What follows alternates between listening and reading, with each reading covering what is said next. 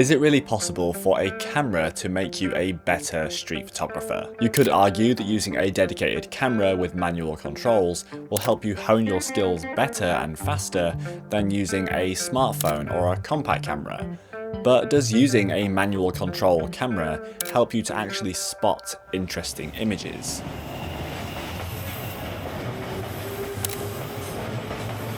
Taking this Olympus Pen F as an example, sure, it's a pretty camera and it can produce some pretty images, but is it actually pretty good as an all-round camera? It's just about good enough as a street photography camera, and that's pretty much where its use case ends, in my personal opinion. You see, if you wanted to pick up the absolute pinnacle of what would make the perfect street photography camera on paper, I think it came out like a year or so ago, and that is the Sony A9 Mark III.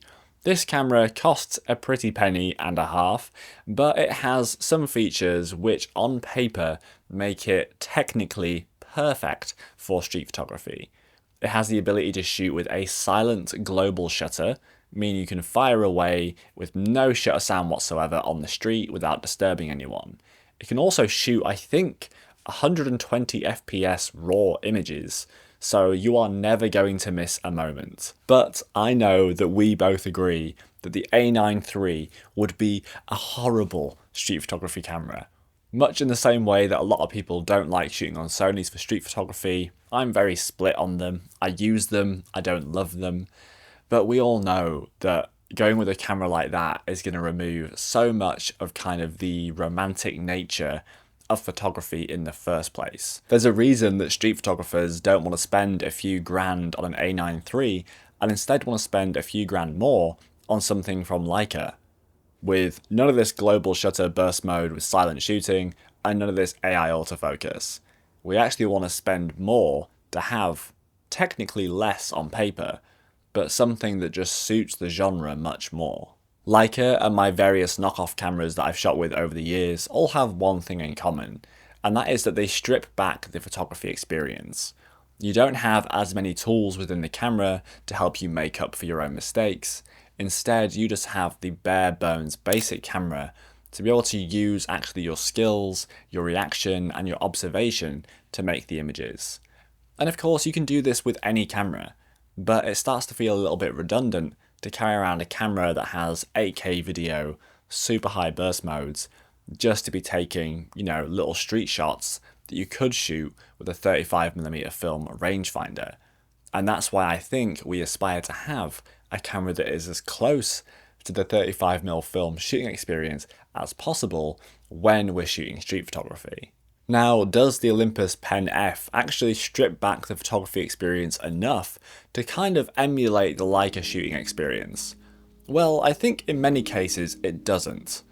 But in my particular case, accidentally, it perfectly does.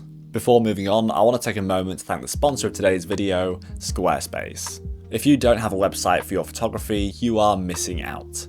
It's your unique home on the internet for your fans to enjoy and support your work. Squarespace removes all of the headaches. You can even choose to create a fully custom website with Blueprint AI, tailored to your style and personality. You can update your fans easily via an email newsletter using Squarespace's email campaign tools. You can write, publish, and view your analytics right in your Squarespace dashboard. Try Squarespace for free at squarespace.com. And when you're ready to launch, go to squarespace.com/GeorgeHolden to save 10% off your first purchase of a website or domain. When I picked up the Olympus Pen F, I tried to make up for the relatively high used price of the camera by going for the cheapest prime lens I could find in the same shop, and I went for the 17mm f2.8. Now this lens is slow, but I swear it has become slower.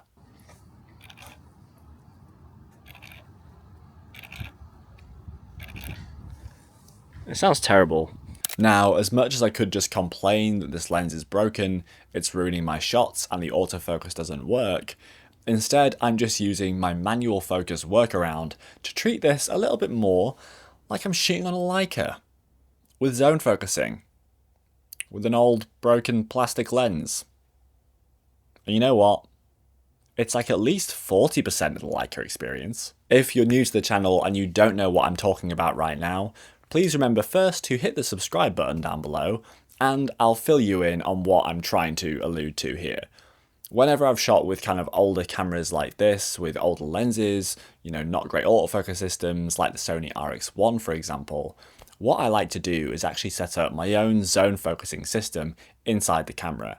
Now this is actually very simple to do. I did a tutorial on this for the RX1, for the Fuji X-T2, which actually has a very good setup for this, and you can do this just as easily on something like the Olympus Pen F. Now what I do is I assign a custom button on the front of the camera to be my autofocus manual focus toggle. Then when I'm in autofocus, I will point at the ground when I'm at about f4, which gives me an f8 on full frame equivalent, and I will hit autofocus on the ground in front of me 1.5 meters to 2 meters ahead. Then I toggle into manual focus, and with this deep depth of field with my f4, which is that f8 full frame equivalent, this gives me a nice depth of field to be able to just go around and shoot without needing to use autofocus and actually shoot with more of a zone focus setup. I don't know if you've been able to hear, but there's been a helicopter circling while I've been filming this entire time. I hope it hasn't been disturbing you. I think it's because Trump is currently in Tokyo, so security, news, stuff like that. He might have already left, but there's a helicopter circling all the time, it seems. And I actually put up a YouTube community post the other day talking about the Olympus Pen F, the 17 2.8, and I got a couple of useful questions that I kind of wanted to reply to in this video. And the first of which is from Kurt, who is a regular commenter and watcher of the channel. Thank you, Kurt, as always. And he asked, is there any sort of hindrance to shooting with the Pen F, given its age and but having the smaller build and carryability compared to the A7C II with fantastic dynamic range, autofocus, etc. And I think this is a very good question to ask, because much of the time, on paper, it would make sense to leave the Pen F at home and take out the A7C II. It is, on paper, the better camera. But so much of the time, I'd much rather take the Pen F or my Fuji X-T2 over the A7C II. This mostly comes down to the Pen F just being a joy to use, in comparison to my Sony, because this is the third or fourth or fifth Sony that I've owned that it honestly just feels like a work camera. I mostly use it for filming other people, and it is really reliable for that. But when I have the Sony in my hands, I literally feel like I'm on a freelance gig or something like that. And I know the menus and the custom settings, back to front, and I just sort of get back into work mode. But with the Pen F and the X-T2, I honestly just kind of enjoy shooting. I think that's an intangible thing that you can't put on paper, and it only comes from your own personal experience of experimenting with different tools to kind of see what you vibe with. Before I go, I did have one more question on my community post, and that is, I have been wondering, what is a good enough level of image quality for street photography? Now, this is a great question because I think that image quality itself can be, it's not numerical.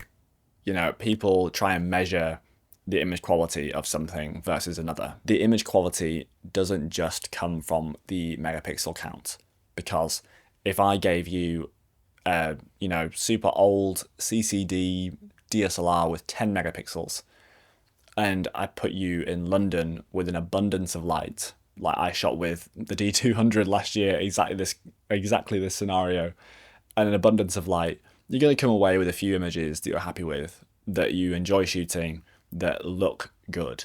And if you don't tell people they're on an older sensor camera with low megapixels, they're not going to know. The image quality is already fantastic. However, if I gave you a 100 megapixel medium format camera and I put you in terrible lighting conditions, like that horrible artificial office lighting, and you don't have any external flash or video lights or something like that to make it better, you're going to have a much harder time getting as good of an image. Now, some people will be able to get slightly better images than others in those situations, but at the end of the day, image quality comes down to the individual photos much more than the camera or lens you're putting on. And if you do fancy a 10 megapixel CCD sensor camera shooting in London with plenty of light, go check out this video here, where I did exactly that with the Nikon D200 in London in the middle of spring last year.